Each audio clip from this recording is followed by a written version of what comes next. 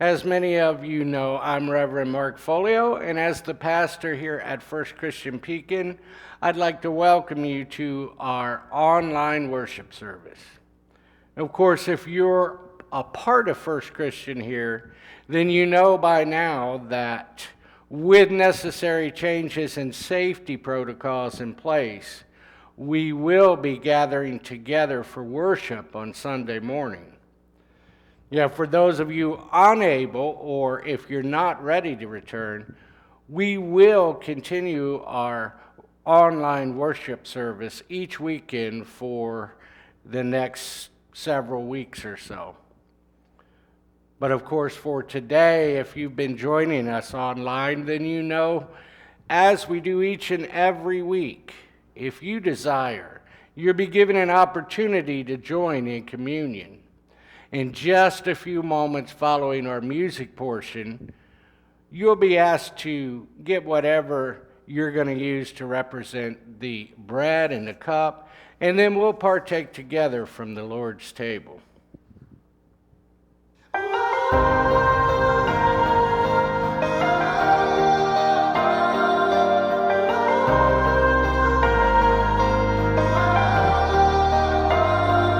I've been running through rain that I thought would never end, trying to make it on faith in a struggle against the wind. I've seen the dark and the broken places, oh, but I know in my soul, no matter how bad it gets, I'll be alright.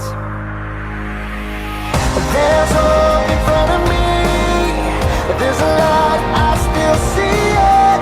There's a hand still holding me, even when I don't believe it. I might be down, but I'm not dead. There's better days still up ahead, even after all I see. There's hope in front of me,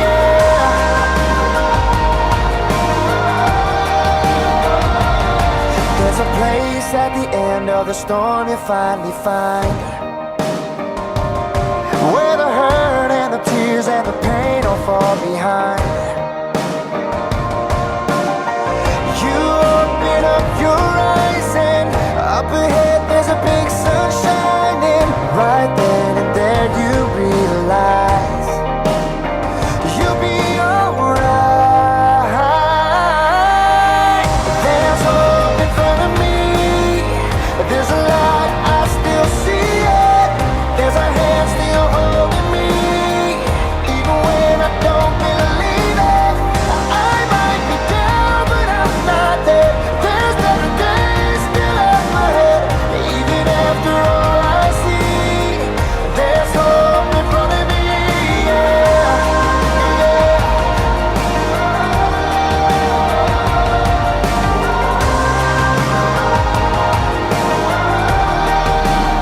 There's a hole still burning, I can feel it rising through the night, and the world's still turning. I can feel your love here by my side. Oh,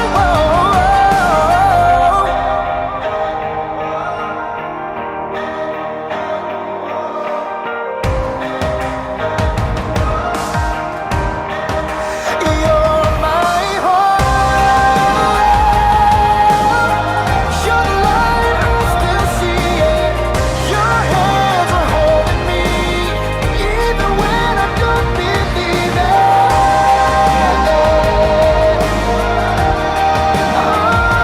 got to believe, I got to believe.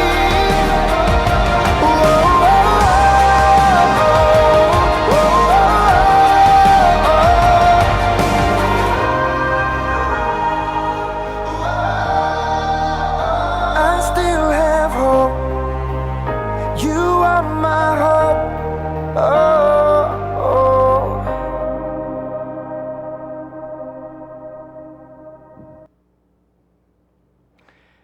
And yes, beloved, as believers, there is hope in front of us. And part of that hope, a tangible reminder of that hope, is this table. A table that, as members of First Christian or as believers wherever you are and whenever you may be watching this, just know that you are welcome and invited to partake from the table. And that welcome and invitation, as always, doesn't come from me or from the church or anyone else other than the one it matters the most. And that welcome and invitation comes from the head of the table, comes from Jesus himself. And now, though, before we partake together, I want us to think back. I want us to take our hearts and our minds back to that night when, knowing that his earthly ministry was coming to an end, the night that he was to be betrayed, Jesus gathered those first disciples in an upper room. And there, while at table, Jesus took bread. And after giving thanks, he broke that bread and he gave it to the disciples, saying, "Take and eat, for this is my body, which is given for you. Do this in remembrance of me." And then in much the same way after supper, Jesus took a cup. And again, after giving thanks, he gave it to those disciples, saying, "This is the new covenant in my blood, which is given for you and for many for the forgiveness of sins. As often as you drink it, do so in remembrance of me." I invite you to join me now in taking whatever you're going to use to represent the bread. And together, let's partake in remembrance of Christ's body given for us.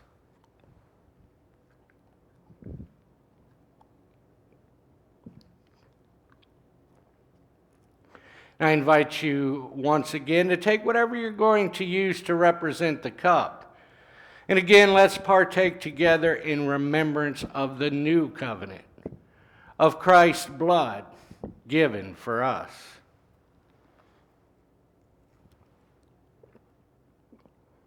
Would you join me in prayer? Gracious Heavenly Father, thank you once again for this table and for reminding us who we are and what it is we've received. Lord, we pray now that you would enable us to center ourselves, put a new and right spirit within us, that in faith and faithfulness we would go forth as the people, individually and together, that you have called and desire us to be. In the name and for the sake of Jesus Christ our Lord. Amen.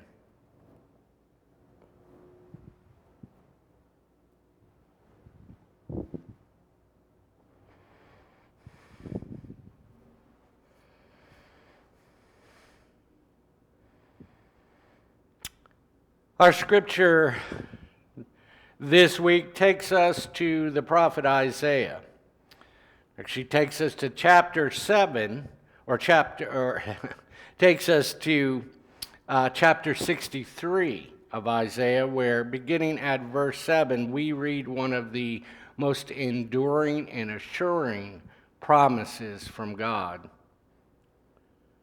"I will recount the gracious deeds of the Lord, the praiseworthy acts of the Lord, because of all that the Lord has done for us, and the great favor to the house of Israel, that he has shown them according to his mercy, according to the abundance of his steadfast love. For he said, 'Surely they are my people, children who will not deal falsely.' And he became their Savior in all their distress. It was no messenger or angel, but his presence that saved them. In his love and in his pity, he redeemed them. He lifted them up and carried them all the days of old. May God bless to our understanding the reading of the Word. Well, here we are, gathered together for another online week of worship. So how'd everything go for you this week? Positive and blessed, faith-filled and fruitful. Now, while that would be the hope for all of us, the truth is for many folks, just like the many, many months that preceded it have shown, the week that was has left us feeling anxious, frustrated, and unfulfilled. Yes, for many, hopes for restored faith and renewed energy have been extinguished, blown out by the seemingly unrelenting winds of life. Indeed, escalating political divide and national discord, another officer-related shooting, and continued civil unrest and violence, another hurricane for Texas and Louisiana. And did I mention that the pandemic continues to rage on with no proven vaccine expected for at least several more months?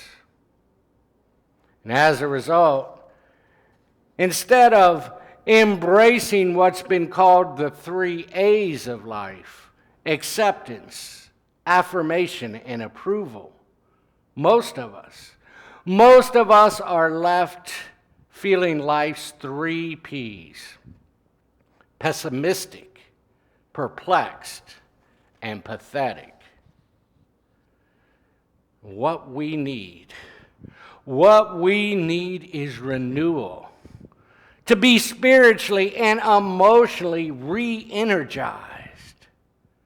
And yet, whether it's watching an online message at home or physically sitting in a church building on Sunday morning, our expectations that religion itself will restore lasting meaning and joy to our lives inevitably results in a bitter disappointment, a restoration frustration. Restoration frustration. That certainly describes the situation in our text from Isaiah. You see, many of those who were living as captives in Babylon had just returned from exile. But instead of returning to worship in a restored temple, they found the once magnificent and flourishing structure in ruin and in rubble. And instead of being welcomed back into a faithful and familiar society, the returning exiles returned to a miserable and alien context. Even though some traditional religious practices had been maintained, they were intermingled with unfamiliar worship practices and pagan rites. This must have been a terrible disappointment for the returning exiles. After all, until they were deported, they and their families had once been the cream of Jewish societal and religious leadership. And as such, restoration anticipation quickly declined from restoration frustration into aggravation, desperation, and pessimism. Indeed, perhaps God was still punishing them. Or worse, maybe God had even canceled his eternal covenant with them. In a familiar lament from the exiles in Babylon, as recorded in Lamentations, also may illustrate their perspective upon returning home. Remember, O Lord, what has befallen us. Look and see our disgrace. Our inheritance has been turned over to strangers. our homes to aliens. Mount Zion lies desolate. Jackals prowl over it. No, not a pretty faith picture. Yet, how about you? What's your journey of faith presently like? Have you returned or perhaps will be returning to your faith home at some point soon, hoping to find renewed purpose and meaning?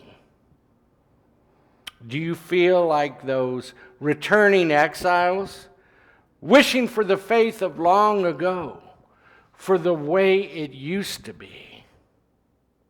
What happened to your hopes for renewal and restoration? What's it like for you to experience restoration frustration? Indeed, where is God in all of this? How do we find renewed energy and passionate faith again?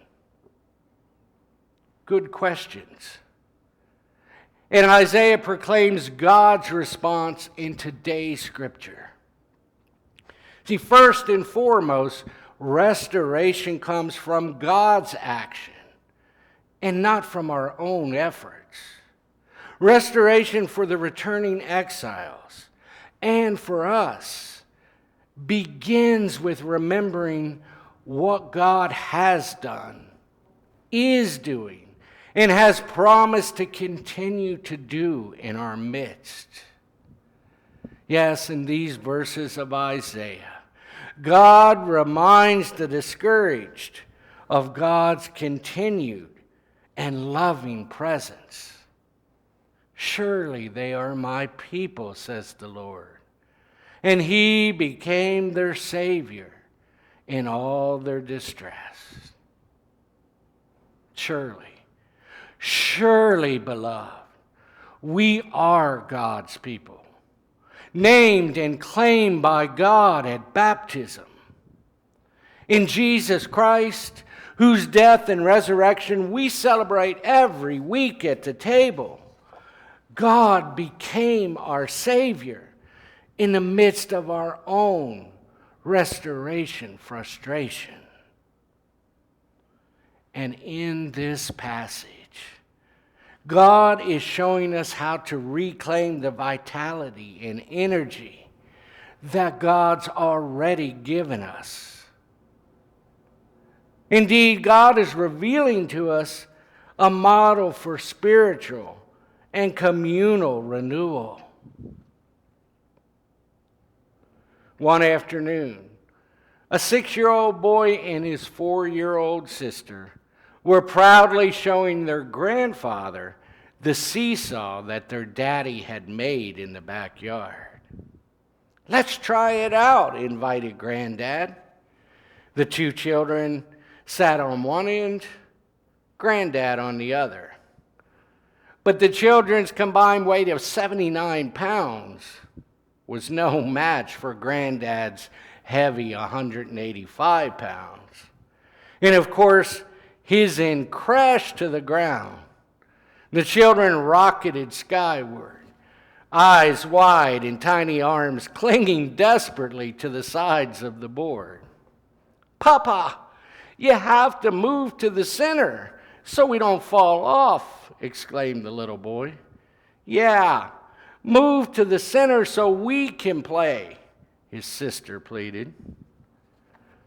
So Papa did.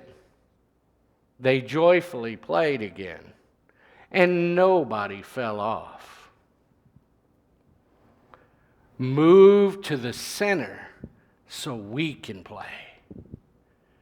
What a concept for restoring frustrated relationships and exhausted spirits. And the center? The center, beloved, the very core of our existence, is in the mighty acts of God, the gracious acts of God, in our past, our present, and in our future. Hear again the words of Isaiah. "I will recount the gracious deeds of the Lord, the praiseworthy acts of the Lord, because of all that the Lord has done for us. This, beloved, is both the beginning of restoration and the end of frustration and pessimism. And yet, make no mistake about it, it won't happen by merely returning to a church building or entrusting that things will soon get back to normal, whatever that is. No, beloved. There was no quick fix for the returning captives, and there is no quick fix for us either. That is without first returning to the sinner. Salvation comes as a result of God's presence and action, not by our own methods and techniques. Restoration occurs through regular and specific recounting of the reality that God has and is revealing to us. As Isaiah states, according to his mercy, according to the abundance of his steadfast love. Now I want you to try something. For the next few weeks, during your family gatherings or any safe gathering, and before you post or respond to something on Facebook, I want you to spend a few moments sharing an example of how each of you has experienced God's presence in your lives. Now, yes, this might seem a bit awkward at first. Yet you'll be astonished by what happens when folks begin to recount the gracious deeds and praiseworthy acts of the Lord.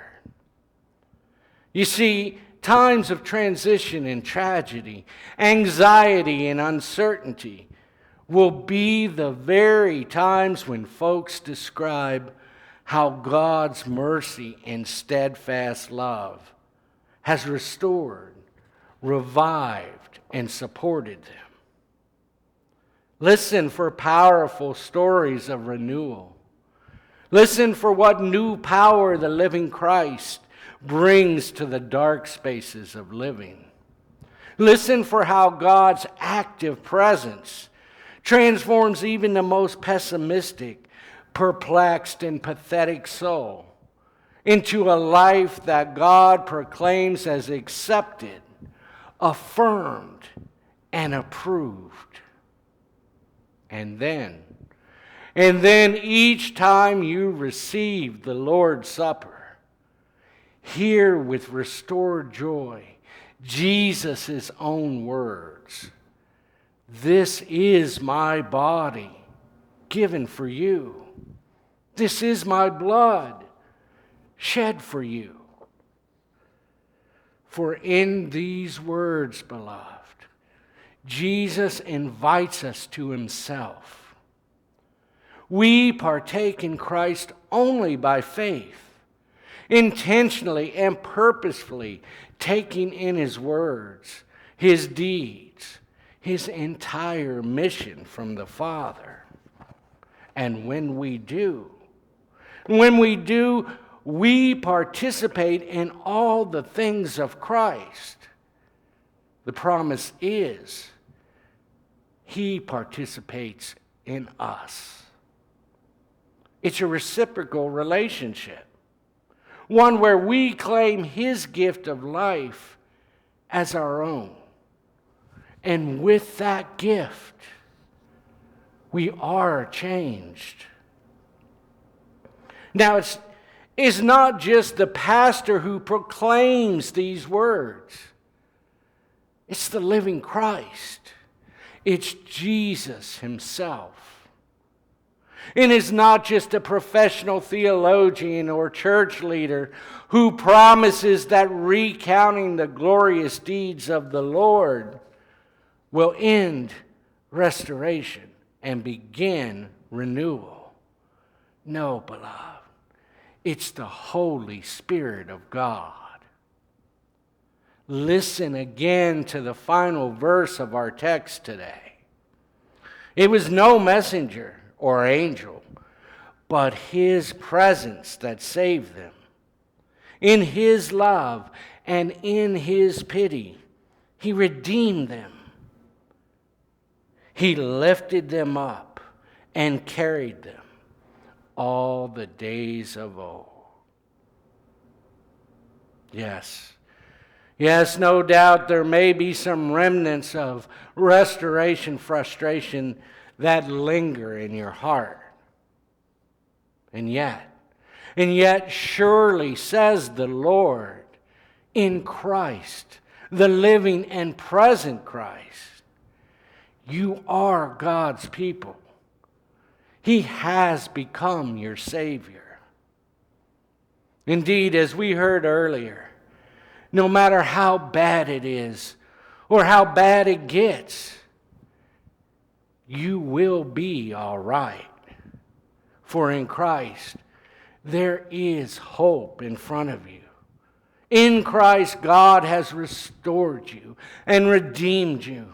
In Christ, God lifts you up and will carry you in His heart forever. That's restoration reality. That's the gospel truth for you forever. Believe it. Trust it. And with newfound passion and purpose, freshness and vitality, go forth and faithfully live it. Amen.